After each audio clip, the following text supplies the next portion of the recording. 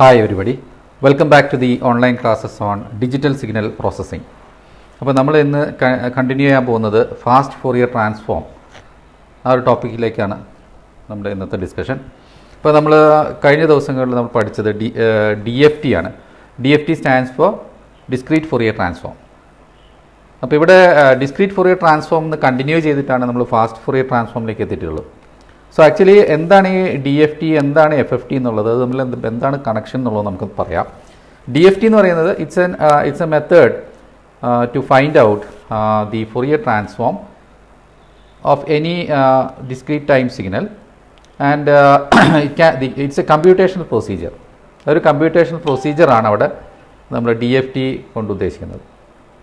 അപ്പോൾ നമുക്ക് സാധാരണ അവിടെ കണ്ടത് യൂഷ്വലി ഒരു കണ്ടിന്യൂസ് സിഗ്നൽ കിട്ടുകയാണെങ്കിൽ അതിനെ എങ്ങനെ അത് ഡിസ്ക്രീറ്റൈസ് ചെയ്യാമെന്ന് നമുക്കറിയാം. Okay, we are taking the samples of the signal. So in fact we are taking the samples of the signal. So in order to convert an analog signal to a discrete time signal. അപ്പോൾ ഇത്തരത്തിലൊരു signal എടുത്തു കഴിഞ്ഞാൽ, ഇങ്ങനൊരു signal എടുത്തു കഴിഞ്ഞാൽ ഇവിടെ നമ്മൾ ഇതിൻ്റെ സാമ്പിൾസ് എടുക്കുകയാണ് ചെയ്യുന്നത് അല്ലേ. ഈ സിഗ്നലിൻ്റെ ഇതിനെ സാമ്പിൾ ചെയ്യാന്ന് പറയും അല്ലേ. You are taking A number of samples. So therefore we can have say either A 4 samples or 8 samples or 16 samples and so on. അപ്പോൾ നമുക്കിവിടെ നമ്പർ ഓഫ് സാമ്പിൾസ് എന്ന് പറയുന്നത് കൂട്ടാനോ കുറയ്ക്കാനോ പറ്റും അല്ലേ. അപ്പോൾ നമുക്ക് എത്രത്തോളം നമുക്ക് കൂട്ടാം, എത്രത്തോളം കുറയ്ക്കാം എന്നുള്ളതിനെ ഡിപ്പെൻഡ് ചെയ്തിട്ടാണ് നമ്മളിവിടെ ഇതിനകത്ത് ഡിസ്ക്രീറ്റ് ഫോറിയർ ട്രാൻസ്ഫോം നമ്മൾ ചെയ്തത് അല്ലേ. നമ്മളപ്പോൾ ഇവിടെ ഒരു DFT നമ്മളൊരു 4 പോയിൻ്റ് DFT ചെയ്തിട്ടുണ്ട്. അതുപോലെ അതിൽ തന്നെ എക്സാമ്പിളായിട്ട് ഞാൻ 8 പോയിൻ്റ് DFT ചെയ്ത് കാണിച്ചിട്ടുണ്ട്. കാരണം നമ്മളിവിടെ അറിയാം DFT നമ്പർ ഓഫ് പോയിൻറ്റ്സ് കൂടുന്നതനുസരിച്ച് ഇപ്പോൾ compare between 4 point DFT and 8 point DFT, then you know that the procedure or the computation is slightly higher in the case of a 8 point DFT when compared with 4 point DFT. അപ്പോൾ നമുക്ക് computation procedure കുറച്ചുകൂടെ കൂടുതലായിട്ട് വരും, കാരണം അവിടെ calculations വരുന്നുണ്ട് അല്ലേ. അപ്പോൾ 4 പോയിൻ്റ് DFTയിൽ നിന്നും 8 പോയിൻ്റ് DFT ആകുന്ന സമയത്ത് കമ്പ്യൂട്ടേഷൻ ടൈം വർദ്ധിക്കും, കമ്പ്യൂട്ടേഷൻ കോംപ്ലക്സിറ്റി കൂടും. അപ്പോൾ അവിടെ അത് കുറയ്ക്കുക റെഡ്യൂസ് ചെയ്യുക എന്നുള്ളതാണ് നമ്മുടെ ലക്ഷ്യം എന്ന് പറയുന്നത്. Okay, so here the fast Fourier transform or the FFT algorithm is A procedure to simplify the process and to reduce the number of computations, so that whatever be the number of points we are considering, for 8 point DFT ആണെങ്കിൽ it can be implemented as a 2 point DFT അല്ലേ. അവിടെ reduced calculations ആണ് സംഭവിക്കുന്നത്. അപ്പോൾ ആ അൽഗോരിതത്തിൻ്റെ പ്രത്യേകത എന്താണ്, അതിനെ ഡീകമ്പോസ് ചെയ്യാം. ഒരു 8 പോയിൻ്റ് DFTനെ നമ്മൾ ആദ്യം 4 പോയിൻ്റ് DFT ആക്കുന്നു, പിന്നെ 4 പോയിൻ്റ് DFTനെ ഫർദറായിട്ട് 2 പോയിൻ്റ് DFT ആക്കുന്നു. അങ്ങനെ നമുക്കതിൻ്റെ കമ്പ്യൂട്ടേഷൻ കോംപ്ലക്സിറ്റി കുറയ്ക്കാൻ കഴിയും. അപ്പോൾ അത്തരത്തിൽ കമ്പ്യൂട്ടേഷൻ കോംപ്ലക്സിറ്റി കുറയ്ക്കുന്ന ഒരു അൽഗോരിതമാണ് ഫാസ്റ്റ് ഫോറിയർ ട്രാൻസ്ഫോം. ഞാൻ കഴിഞ്ഞ ക്ലാസ്സിൽ ഡിസ്കസ് ചെയ്ത ടോപ്പിക്കിൽ ഒരു ചെറിയൊരു പോർഷൻ, ഒരു പ്രോബ്ലം, ഇതിൻ്റെ പ്രോബ്ലം ഉദാഹരണങ്ങളായിട്ട് എടുക്കാനുണ്ട്.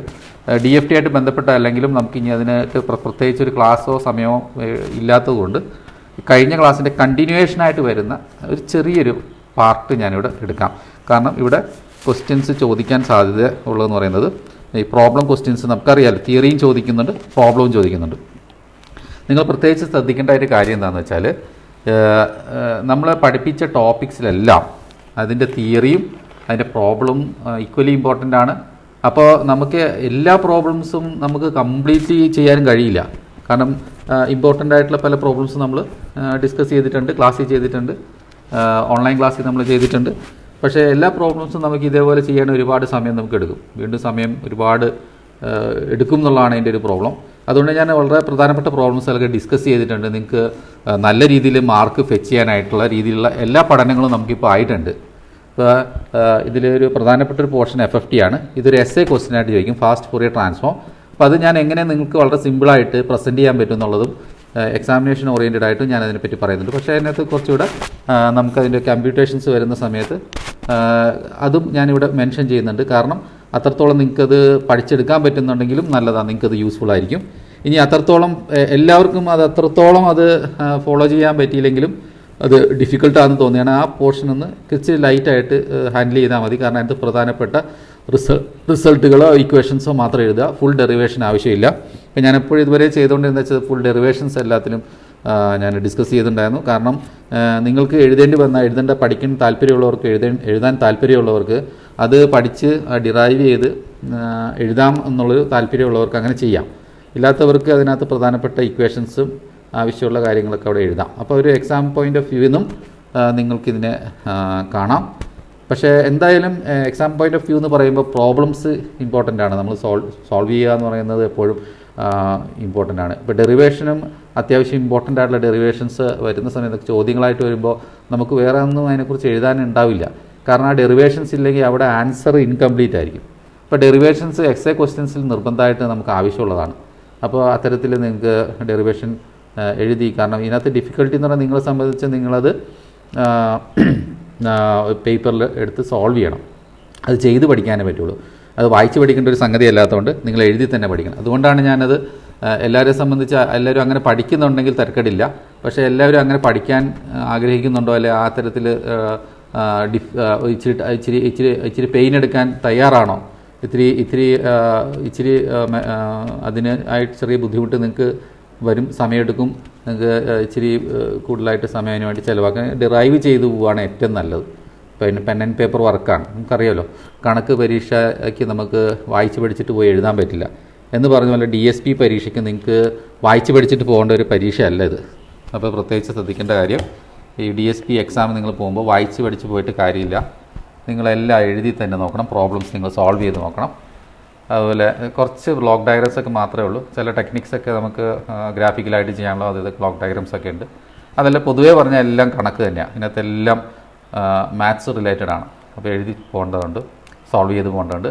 അത്തരത്തിൽ പ്രോബ്ലംസ് നന്നായി നിങ്ങൾ ഒന്ന് കോൺസെൻട്രേറ്റ് ചെയ്യുക. ഞാൻ ക്ലാസ്സിൽ ഡിസ്കസ് ചെയ്യാത്ത പ്രോബ്ലംസ്, സിമിലർ ടൈപ്പ് പ്രോബ്ലംസ് പലതും ഞാൻ ഡിസ്കസ് ചെയ്തിട്ടുണ്ട്. പക്ഷേ ഫുൾ പ്രോബ്ലംസ് ഞാൻ ഡിസ്കസ് ചെയ്തിട്ടുണ്ടാവില്ല. പക്ഷേ ആ ഡിസ്കസ് ചെയ്യാത്ത പ്രോബ്ലങ്ങളൊക്കെ നിങ്ങൾക്ക് ടെക്സ്റ്റ് ബുക്കിൻ്റെ ഹെൽപ്പോടുകൂടി നിങ്ങൾ ഏതെങ്കിലും നഗൂർ കനി എടുത്താൽ മതി. നഗൂർ കനിയിലാണ് കൂടുതൽ പ്രോബ്ലംസ് സോൾവ് ചെയ്തിട്ടുള്ളത്. ആ ബുക്ക് നിങ്ങൾ വാങ്ങിയിട്ടുണ്ടാവുന്നെങ്കിൽ, ഇല്ലെങ്കിൽ ഞാൻ അതിൻ്റെ കുറച്ച് മെറ്റീരിയൽസൊക്കെ ക്ലാസ് കഴിഞ്ഞിട്ടൊക്കെ ആയിട്ട് ഷെയർ ചെയ്യാം. നിങ്ങൾ കഴിയുന്നതും അത് ആ പ്രോബ്ലം കൂടെ ഇതിൻ്റെ കൂടെ നോക്കേണ്ട പ്രധാനപ്പെട്ട പ്രോബ്ലം. ഇന്ന് ഞാൻ നിങ്ങൾക്ക് ക്വിസ്, അതായത് നിങ്ങളുടെ ഒബ്ജക്റ്റീവ് ടൈപ്പ് മൾട്ടിപ്പിൾ ചോയ്സ് ക്വസ്റ്റ്യൻസിലിട്ട ക്വസ്റ്റ്യൻസ് ഉണ്ടായിരുന്നു. അതൊക്കെ അതിൽ നിന്നാണ്, ആ ഭാഗത്തു നിന്നാണ് കൂടുതൽ ചോദിക്കാൻ പറ്റുന്നത്.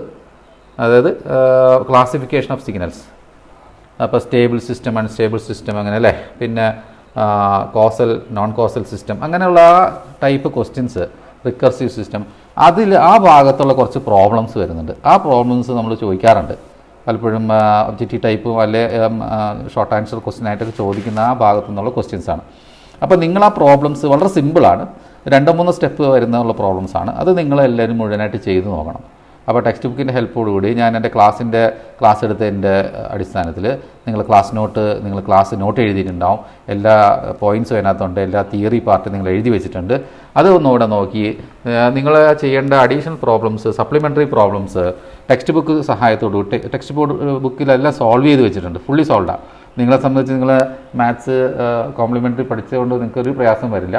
നിങ്ങൾ ആ ടെക്സ്റ്റ് ബുക്ക് എടുക്കുക, അതത് പ്രോബ്ലംസ് ഫുള്ളായിട്ട് സോൾവ് ചെയ്തു. അപ്പോൾ ഞാൻ ഡിസ്കസ് ചെയ്തിട്ടില്ല എന്ന് കരുതരുത്, എല്ലാ കാര്യങ്ങളും ഡിസ്കസ് ചെയ്തിട്ടുണ്ട്. നിങ്ങൾക്ക് ചെയ്യാനുള്ള വർക്കാണ് ഞാൻ ഈ പറയുന്നത്. അത് അസൈൻ ചെയ്തിരിക്കുകയാണ്. നിങ്ങളുടെ ക്ലാസ് നോട്ടിലേക്ക് ഈ പ്രോബ്ലംസ്, അഡീഷണൽ പ്രോബ്ലംസ്, അത് ക്ലാസിഫിക്കേഷനിൽ വരുന്ന അഡീഷണൽ പ്രോബ്ലംസും, ലാപ്ലേസ് ട്രാൻസ്ഫോം നിങ്ങൾ ഓൾറെഡി അസൈൻമെൻറ്റ് ചെയ്തിട്ടുണ്ട്. പിന്നെ അഡീഷണൽ പ്രോബ്ലംസ് വരുന്നത് മറ്റ് ഏതെങ്കിലും ഇമ്പൾസ് റെസ്പോൺസ് ഒക്കെ ഞാൻ ചെയ്തതായിട്ട് ഓർക്കുന്നു. അപ്പോൾ അത്തരത്തിൽ ഏതെങ്കിലും പ്രോബ്ലംസ് നമ്മൾ ക്ലാസ്സിൽ ചെയ്യാത്ത ഏതെങ്കിലും അഡീഷണൽ പ്രോബ്ലംസ്, സപ്ലിമെൻ്ററി പ്രോബ്ലംസ് ഉണ്ട്. അതൊക്കെ നിങ്ങൾ എന്ത് ചെയ്യണം, നിങ്ങൾ ടെക്സ്റ്റ് ബുക്കിൻ്റെ സഹായത്താൽ ഫുള്ളി സോൾവ് ആണ് എല്ലാം. നമ്മളെല്ലാം ഇതുവരെയും ചെയ്ത എല്ലാ ഡീറ്റെയിൽഡ് ഡെറിവേഷനും വളരെ ഈച്ച് ആൻഡ് എവറി മൈന്യൂട്ട് സ്റ്റെപ്പും അതിൻ്റെ എക്സ്പ്ലനേഷൻസ് ആയത് എല്ലാ ക്ലാസ്സും നമ്മൾ ഭംഗിയായി തീർന്നിട്ടുണ്ട്. ഇനി നിങ്ങൾക്കത് ആ ക്ലാസ് ഇനി അന്നേരം പെട്ടെന്ന് കേട്ട് മനസ്സിലായില്ലെങ്കിൽ പോലും നിങ്ങൾക്കത് റിവൈസ് ചെയ്യാനായിട്ട് നിങ്ങളൊന്നുകൂടെ അത് വീഡിയോ കണ്ടാൽ മതി. ടെക്സ്റ്റ് ബുക്കിൻ്റെ സഹായത്തോടെ ടെക്സ്റ്റ് ബുക്ക് എടുത്ത് തുറന്നു വയ്ക്കുക. അത് ഈ ക്ലാസ്സിൻ്റെ അടിസ്ഥാനത്തിൽ നിങ്ങൾ വായിച്ചു പോവുക. നിങ്ങൾ ക്ലാസ് നോട്ടൊക്കെ നിങ്ങൾ നീറ്റായിട്ട് എഴുതിയിട്ടുണ്ടെന്നാണ് ഞാൻ മനസ്സിലാക്കിയത്. അപ്പോൾ ആ ക്ലാസ് നോട്ട് നിങ്ങൾ റെഫറൻസ് ആയിട്ട് എടുത്തുകൊണ്ട് നിങ്ങൾ ആവശ്യമുള്ള ഇമ്പോർട്ടൻറ്റ് ടോപ്പിക്സ് അല്ലെങ്കിൽ സിലബസ് എല്ലാം എടുത്ത് വെച്ച് ആ സിലബസ് അനുസരിച്ച് നിങ്ങളൊന്ന് പ്രിപ്പയർ ചെയ്യുക. പിന്നെ പഴയ ക്വസ്റ്റ്യൻ പേപ്പേഴ്സൊക്കെ ഉണ്ടെങ്കിൽ കിട്ടുകയാണെങ്കിൽ അത് സോൾവ് ചെയ്യുക. പഴയ ക്വസ്റ്റ്യൻ പേപ്പേഴ്സ് ഇപ്പം എനിക്ക് കോളേജിൽ പോയി എടുക്കാൻ, കാരണം ലോക്ക്ഡൗൺ കഴിഞ്ഞാൽ എനിക്ക് അത് ആ ക്വസ്റ്റ്യൻ ബാങ്ക് അവിടെ നിന്ന് എടുക്കാൻ പറ്റുള്ളൂ. പഴയ ക്വസ്റ്റ്യൻ ബാങ്ക് അവിടെ ഡിപ്പാർട്ട്മെൻറ്റ് തപ്പിയെടുക്കണം. എന്തായാലും ആ ഫയൽ എവിടെയോ വെച്ചിട്ടുണ്ട്. ആ ഫയൽ അത്ര ഓർഗനൈസ്ഡ് ആയിട്ടുള്ള രീതിയിലല്ല ഫയലുള്ളത്. കാരണം ഈ കഴിഞ്ഞിടയ്ക്കൊക്കെ അതൊന്ന് എല്ലാം ഒന്ന് മിക്സപ്പ് ആയിപ്പോയായിരുന്നു പല ആവശ്യത്തിനായിട്ട് എടുത്തപ്പം. അപ്പോൾ അങ്ങോട്ടും ഇങ്ങോട്ട് അപ്പോൾ അതൊന്ന് എല്ലാം ഒന്ന് ഓർഡർ ആക്കിയിട്ട് ഒരു 4 ക്വസ്റ്റ്യൻ പേപ്പറെങ്കിലും ഞാൻ നിങ്ങൾക്ക് അയച്ചു തരാൻ പറ്റുമെന്ന് ശ്രമിക്കുന്നുണ്ട്. പക്ഷേ അതുവരെയുള്ള സമയത്ത് നിങ്ങൾക്ക് ചോദിക്കാനുള്ള വളരെ പ്രധാനപ്പെട്ട കാര്യങ്ങൾ നിങ്ങൾ ഓൾറെഡി നിങ്ങളുടെ പോർഷൻസ് ടോപ്പിക്സ് ഏതൊക്കെ ഇമ്പോർട്ടൻ്റ് എന്ന് ഞാൻ നിങ്ങളുടെ ഹാങ് ഔട്ട്സിൽ ഇട്ടിട്ടുണ്ട്. പിന്നെ കൂടാതെ നിങ്ങൾ ഈ എക്സാം പഠിക്കുന്ന സമയത്ത് ഞാൻ ഇപ്പോൾ തിയറി എക്സാം നിങ്ങളിപ്പം ഇൻ്റേണൽ എക്സാം പഠിക്കുമ്പോൾ നിങ്ങളൊരുവിധ റിവിഷനൊക്കെ കഴിയുന്നുള്ള ഉറപ്പാണ്. ഞാൻ പഠിപ്പിച്ച അത്രയും പോർഷൻസ് എക്സാമിന് ചോദിക്കുന്ന പോർഷൻസാണ് എല്ലാം. അതുകൊണ്ട് അത് കൃത്യമായ ക്ലാസ് അനുസരിച്ച് നിങ്ങൾ പഠിച്ചു പോവുക. നിങ്ങളെ ക്ലാസ് നോട്ട് അപ്ഡേറ്റ് ചെയ്യുക. അപ്പോൾ അതനുസരിച്ച് നമുക്കെല്ലാം വേണ്ടുന്ന കാര്യങ്ങളെല്ലാം നിങ്ങളുടെ ഞാൻ ക്ലാസ് എടുത്തിട്ടുണ്ട്. അതിലൊന്നും തന്നെ ഒഴിവാക്കാനും പറ്റില്ല. അതിൽ പ്രധാനപ്പെട്ടത് ഏതാണെന്ന് അങ്ങനെ എടുത്ത് ചോദിച്ചു കഴിഞ്ഞാൽ ഞാൻ നിങ്ങളോട് കുറച്ച് ടോപ്പിക്സ് ഞാൻ അവിടെ ഇട്ടിട്ടുണ്ട്, നിങ്ങളുടെ എക്സാമിനേഷന് വേണ്ടി ഇട്ടിട്ടുണ്ട്. അതെല്ലാം ഇമ്പോർട്ടൻ്റ് ആണ്. അപ്പോൾ അത്യാവശ്യം പാസ്സാവേണ്ടവർക്കൊക്കെ അത് മാത്രം പഠിച്ചാലും മതിയാവും. പക്ഷേ നല്ല മാർക്ക് മേടിക്കാൻ ആഗ്രഹിക്കുന്നവരെല്ലാവരും തറവായിട്ട് സിലബസ് കവർ ചെയ്ത് പഠിക്കുക. അതാണ് ചെയ്യേണ്ടത്. അതിൽ ഓൾമോസ്റ്റ് എല്ലാം തന്നെ കവേർഡാണ്. ഞാൻ എന്തെങ്കിലും അതുപോലെ മിസ്സായി പോയിട്ടുണ്ടെങ്കിൽ അതുകൂടെ ഞാൻ നോക്കിയിട്ട് ഓഫ്ലൈൻ ക്ലാസ്സുകൾ ഇതേപോലെ ലോഡ് ചെയ്തേക്കാം. ആസ് ഇറ്റ് ഈസ് FFTയും കൂടെ കഴിഞ്ഞ് കഴിഞ്ഞാൽ ഒഫീഷ്യലി അത് ഞാൻ ക്ലാസ് സ്റ്റോപ്പ് ചെയ്തതായിട്ട് നിന്നതായിട്ട് ഞാൻ ഡിക്ലെയർ ചെയ്യുന്നു. അപ്പോൾ അതോടുകൂടി പിന്നെ ഞാൻ എന്തെങ്കിലും സപ്ലിമെൻ്ററി എന്തെങ്കിലും മെറ്റീരിയൽസ് അഡീഷണൽ വേണമെങ്കിൽ ഞാനത് ഇടും. എന്നാലും ഇടും. ഇത് പറഞ്ഞ പോലെ ക്വസ്റ്റ്യൻ ബാങ്ക് ഇടും, അല്ലെങ്കിൽ എന്തെങ്കിലുമൊക്കെ നോട്ട്സ് ഇടും. അങ്ങനെയുള്ള കാര്യങ്ങൾ ചിലപ്പം എന്തെങ്കിലും മിസ്സായിപ്പോൾ എല്ലാം ഉണ്ടെങ്കിൽ മാത്രം അവിടെ വല്ല ശ്രദ്ധയപ്പെട്ടാൽ മാത്രം ക്ലാസ് വീഡിയോ ഉണ്ടാവും. ഇല്ല ഓൾമോസ്റ്റ് കംപ്ലീറ്റ് ആണ്. So let us move on to the class.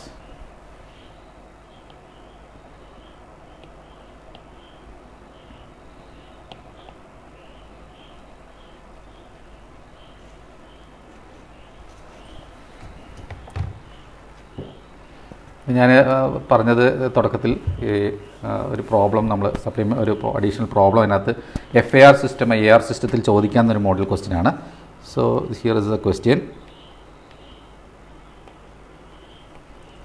So draw the direct form representation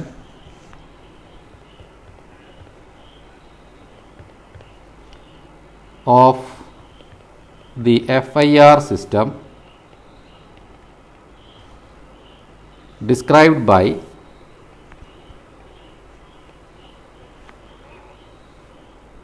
the transfer function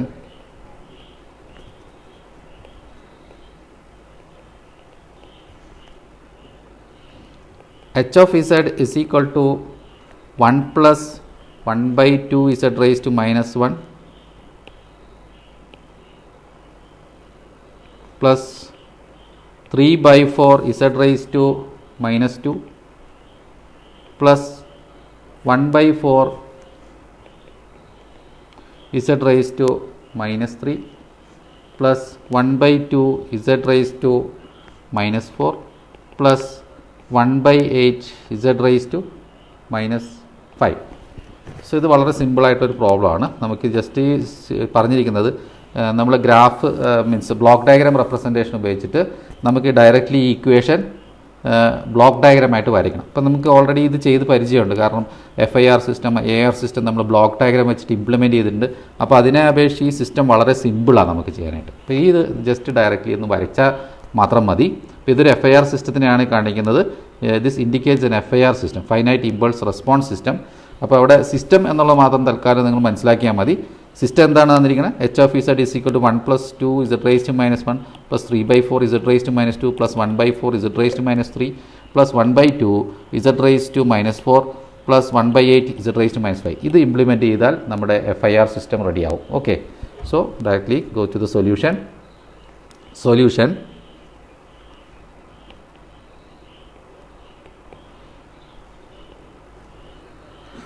let ആദ്യത്തെ സ്റ്റെപ്പ് ലെറ്റ് ഗിവൺ സിഗ്നൽ നമുക്ക് എഴുതാം. ഗിവൺ സിസ്റ്റം ഫംഗ്ഷൻ എഴുതാം.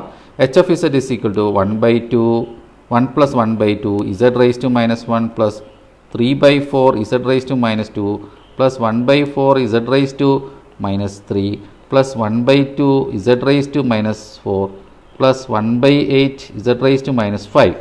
Okay, then from this step we can write so which is actually ഇവിടെ ഒരു കാര്യം കൂടെ എഴുതാൻ പറ്റുന്നത്. ഈ ഒരു സ്റ്റെപ്പ് നമുക്ക് ഇവിടെ കുറവ് മതി. So there is solution.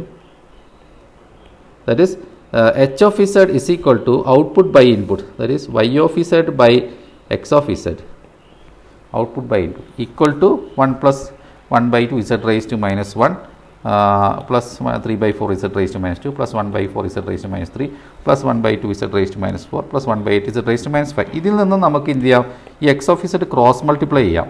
So that is cross multiply ചെയ്യുമ്പോൾ എന്ത് കിട്ടുന്നു, വൈ ഓഫ് ഇസഡ് കിട്ടും അല്ലേ. ലെഫ്റ്റ് ഹാൻഡ് സൈഡിൽ വൈ ഓഫ് ഇസഡ്, ഈ ഇക്വേഷൻ മാത്രം, എച്ച് ഓഫ് ഇസഡ് ഈ പാർട്ട് മാത്രം എടുത്താൽ മതി, ഇത് മാത്രം കൺസിഡർ ചെയ്താൽ we can write y of z is equal to, therefore y of z is equal to x of z into this part അല്ലേ, x of z into whole of this value 1 plus 1 by 2, ഇത് ബ്രാക്കറ്റിലായിരിക്കും. അപ്പോൾ ഇത് x of z into bracket these entire terms. അങ്ങനെ ഉണ്ട് X of z നമുക്ക് ഓരോ ടേമുമായിട്ട് multiply ചെയ്യാം, ഇൻഡിവിജ്വൽ ടേമായിട്ട് മൾട്ടിപ്ലൈ ചെയ്ത് എഴുതാം. Okay, so equal to x of z into 1 x of z, ഇവിടെ x of z into 1 that is x of z plus x of z into 1 by 2 z raise to minus 1. So that will be 1 by 2 z raise to minus 1 x of z. Then 3 x of z into 3 by 4 z raise to minus 2. So which is 3 by 4 z raise to minus 2 into x of z plus 1 by 4 z raise to minus 3 x of z plus 1 by 2 z raise to minus 4 x of z plus 1 by 8 z raise to minus 5 x of z. അങ്ങനെ എഴുതാം. ഇവിടെ denominator already 1 ആണ്. So this means y of z by x of z is equal to 1 plus these terms the whole divided by 1 എന്നുണ്ട് അല്ലേ. അപ്പോൾ ഇവിടെ അതിൻ്റെ അർത്ഥം ഇവിടെ ഹോൾ ഡിവൈഡ് ബൈ ഇവിടെ 1 ഉണ്ടെന്നാണ്. അപ്പോൾ ഇവിടെ 1 ഉണ്ടെന്ന് അണ്ടർസ്റ്റുഡ്. അപ്പോൾ നമ്മൾ ക്രോസ് മൾട്ടിപ്ലൈ ചെയ്യുന്ന സമയത്ത് ഇത് ഇങ്ങനെ ക്രോസ് മൾട്ടിപ്ലൈ ചെയ്യാം, ഇങ്ങോട്ട് ഇത് ഇങ്ങോട്ട് 1 എന്ന ടേമിനെ ഇങ്ങോട്ട് ക്രോസ് മൾട്ടിപ്ലൈ ചെയ്യാം, എക്സ് ഓഫ് ഇസഡിനെ ഇങ്ങോട്ടും ക്രോസ് മൾട്ടിപ്ലൈ ചെയ്താണ് ഇപ്പോൾ എഴുതിയേക്കുന്നത്. അപ്പോൾ നമുക്ക് 1 എന്നുള്ള മൾട്ടിപ്ലൈ ചെയ്യുമ്പോൾ അണ്ടർസ്റ്റുഡ് ആണ് അവിടെ y of z into 1 is y of z equal to x of z into these terms. So individually ഓരോ ടേമായിട്ട് നമുക്ക് മൾട്ടിപ്ലൈ ചെയ്ത് നമുക്കിവിടെ എഴുതാം. Okay, so x of z into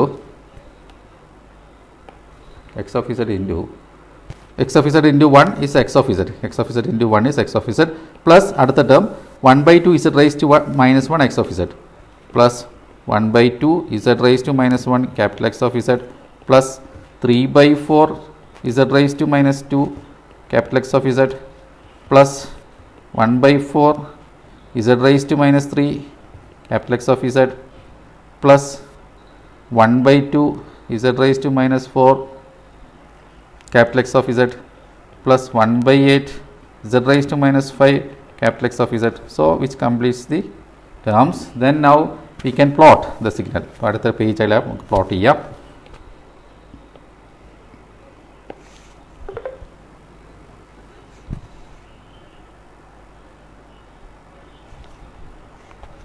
So the direct form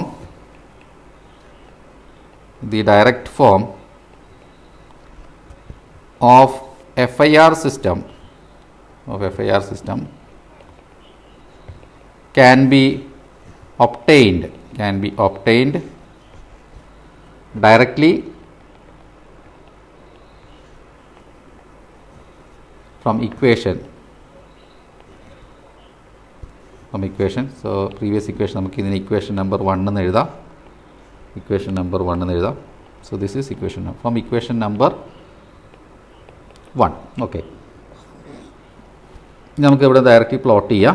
that is x of z ഇവിടെ നിന്ന് നേരെ unit element മുകളിലായിട്ട് നമുക്ക് നേരത്തെ ചെയ്യുന്ന പോലെ തന്നെ വരച്ചു പോവാം. So this becomes z raise to minus 1 capital X of z. Then അടുത്ത ടേം വീണ്ടും z raise to minus 1. So it's like a chain, one after the other.